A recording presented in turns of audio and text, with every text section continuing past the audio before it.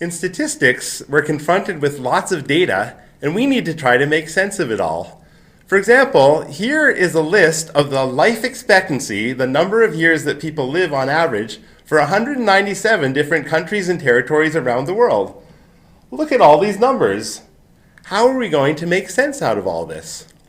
One way is to try to summarize it, try to come up with a few numbers which give us a sense of what the data are all about. As a first step, we can try representing all of these life expectancy values as points on a graph.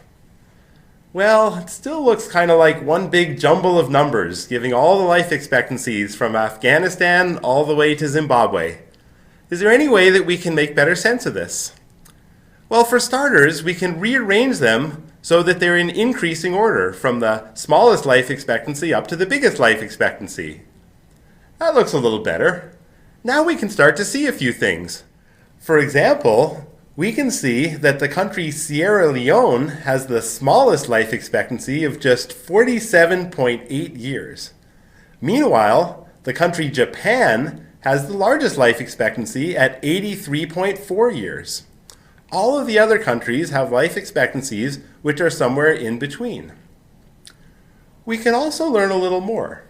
For example, we can look for the country which is halfway along, halfway between the first country and the 197th country. That's the 99th country, which in this case is the country Egypt. And Egypt has a life expectancy of 73.2 years. So we say that the median life expectancy is equal to 73.2 years. It means that half the countries have a life expectancy which is smaller, and half the countries have a life expectancy which is larger. So now we know about the minimum and the maximum and the median. But there's more that we can say too.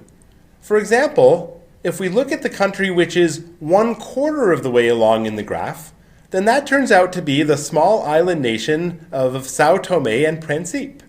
And it has an average life expectancy of about 64.7 years.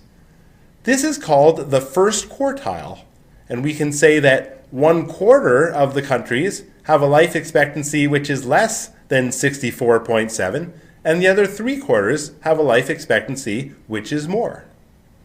We can also go 3/4 of the way along the graph. This brings us to the Netherlands Antilles Island Collection, which has an average life expectancy of about 76.7 years. This is called the third quartile, and it tells us that about 3/4 of the countries have an average life expectancy which is less than 76.7 years, and 1/4 of them have a life expectancy which is more.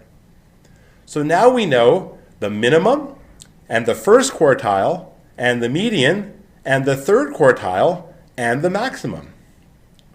This is a lot of information, but it's also a lot to keep track of. If we want, we can combine all of these numbers together into a single display which is called a box plot. The box plot is illustrated here. We can see that it has a big box between the first quartile and the third quartile with a line which indicates the median.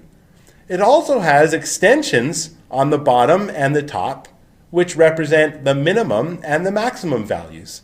So we can see by looking at this box plot what is the minimum value, the first quartile, the median, the third quartile, and the maximum value.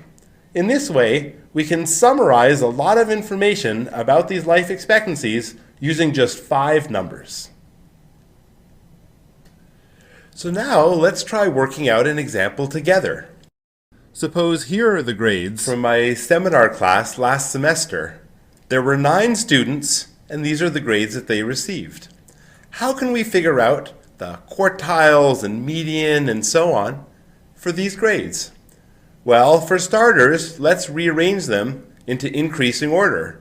First we'll find the smallest number, then the second smallest number, and the third smallest, and so on. That way we get 9 numbers in order. Now we can see right away that the minimum grade was 68, and the maximum grade was 93. What about the median?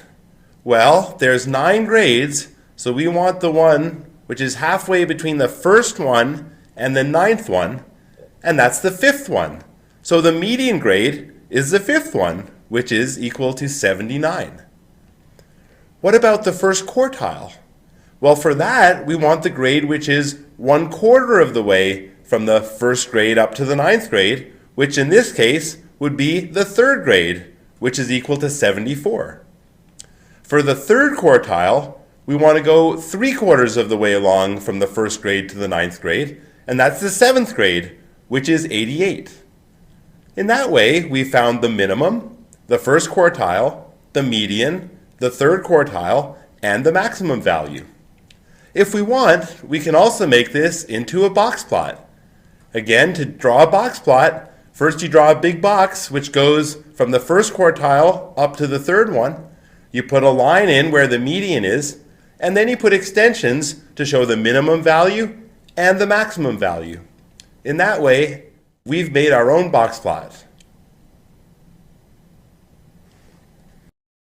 Now, let's try one more example of computing the 5-number summary. This one will be a little different for a reason that we'll see. Suppose that there are just 6 students' grades, which are the numbers indicated here. In this case, we can still start by arranging them from the smallest up to the largest. So we can still easily see that the minimum value in this case is 68, and the maximum value in this case is 93. But now what about the median? Well, that should be the number which is halfway from the first number up to the 6th number. In this case, that's the 3.5th number. Well, there is no 3.5th number. But no problem. We can just take the number which is halfway between the 3rd number and the 4th number. And that gives us a median which is equal to 81. Now what about the quartiles? Well, the first quartile should be the number which is 1/4 of the way along from the first number up to the 6th number. In this case, that's the 2.25th number. Well, there's no such number, but we can take the number which is 1/4 of the way from the second number up to the third number, which in this case is equal to 75. So we say the first quartile is 75. Similarly, for the third quartile, we need the number which is 3/4 of the way from the first number to the 6th number, which in this case is the 4.75th number. Well, there isn't one, but we can take the number which is 3/4 of the way from the 4th number to the 5th number, and that equals 88.5. So now we've been able to compute all the numbers, just being a little more careful. Another way to see this is to draw a graph. If we graph all the numbers from smallest to largest and put a straight line in between them, then we can say right away that the median is the number which is halfway along the graph, the first quartile is the number which is 1/4 of the way along the graph, and the third quartile is the number which is 3/4 of the way along the graph. So, in this way, we see that no matter how many numbers we have, we can still compute their minimum and their first quartile and their median and their third quartile and their maximum.